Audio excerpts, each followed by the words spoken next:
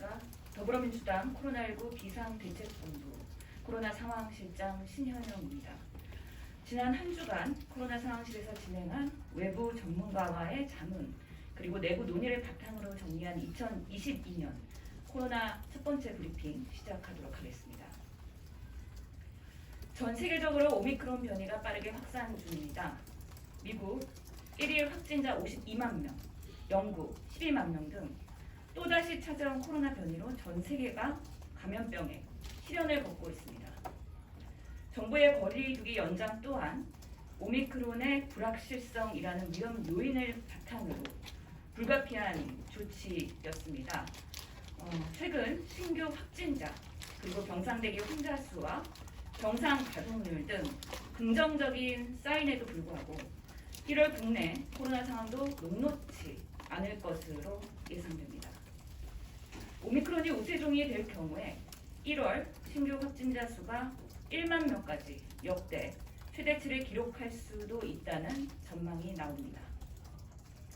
오미크론 변이가 우세종이 될 것을 대비한 의료체계의 준비가 필요합니다. 상대적으로 전파력이 강한 오미크론 변이는 경증 환자의 발생을 폭증시킬 가능성이 높습니다. 이를 대비하여 지금부터 경증 환자, 재택치료와 환자 이송체계, 그리고 외래진료와 응급진료, 입원치료 등의 시스템을 공고히 해야 합니다. 특히 재택치료 과정에서 건강 모니터링은 좀 더 스마트하게 가능하도록 24시간 생체 지표 모니터링이 가능한 디지털 헬스케어 기기를 접목하는 혁신 기술의 도입도 검토돼야 합니다. 재택치료를 받아도 동네 1차 의료진이 나의 건강을 가까이서 케어한다는 확신이 들을 수 있도록 재택치료에 내실화가 필요합니다. 이를 위한 동네 의원 그리고 지역 거점병원, 상급 종합병원 간의 기능 설정과 역할 분담이 필요합니다. 오미크론 이후의 감염병 장기화 전략도 2022년 새해 지금부터 수립해야 합니다. 감염병은 불확실성을 가지고 예고 없이 우리 앞에 나타납니다. 점점 강력해지는 바이러스 불청객에 우리는 늘 최악의 상황을 상정해 두고 준비해야 합니다. 코로나 변이 발생과 장기화, 신종 감염병의 반복적 발생에 대한 유연한 의료 대응 체계를 지금부터 준비해야 합니다.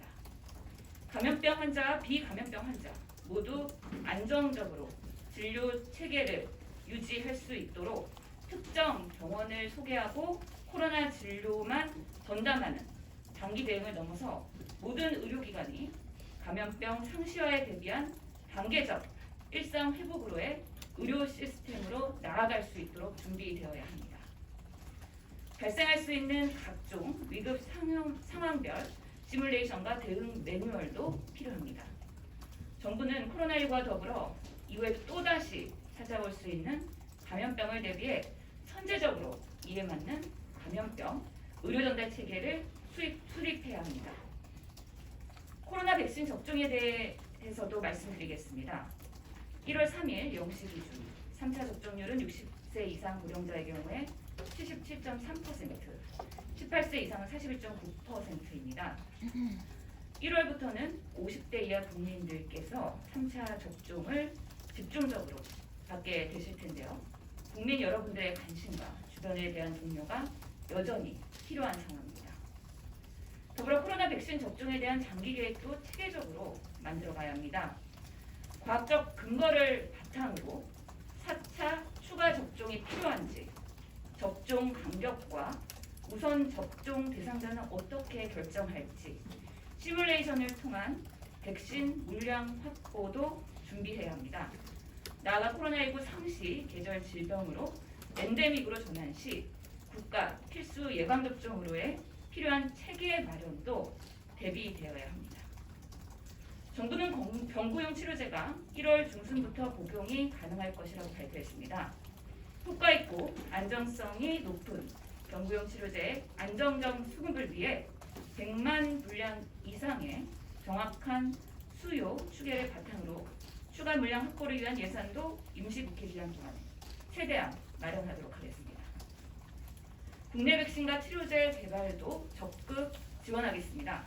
금년 상반기 출시될 국내 백신의 활용 방안, 그리고 성구매를 통한 안정적인 국내산 백신 수급에 대해서도 정부와 긴밀하게 논의하겠습니다. 마지막으로 코로나 가짜뉴스에 대한 사실 확인드리겠습니다. 우리 당의 당론으로 채택된 감염병 대응기금 설치, 감염병 예방법 개정안이 백신 미접종자들에게 과태료를 부과하는 법이라고 하는 명백한 가짜뉴스가 인터넷에 돌고 있습니다. 현재 시행 중인 감염병 예방법과 발의된 법안에도 백신 미접종자에게 과태료를 부과하는 내용은 전혀 담겨 있지 않다는 말씀을 드립니다. 또한 일부 의사들이 왜곡된 코로나19 발언을 하면서 국민 불안을 야기시키고 있습니다. 백신에서 기생충이 발견되고 코로나 검사를 받는 것이 민폐라는 등의 확인되지 않거나 편파적인 주장을 하는 의사들에 대해서 보건복지부와 대한의사협회는 의사 품위유지 위반, 가짜뉴스로 인한 허위 사실 공표 등의 문제가 없는지 적극적으로 검토해서 대응하시길 당부드립니다. 2022년 새해 다시 한번 감염병의 강한 나라로 우뚝 설 수 있도록 더불어민주당이 최선의 노력을 다하겠습니다. 감사합니다.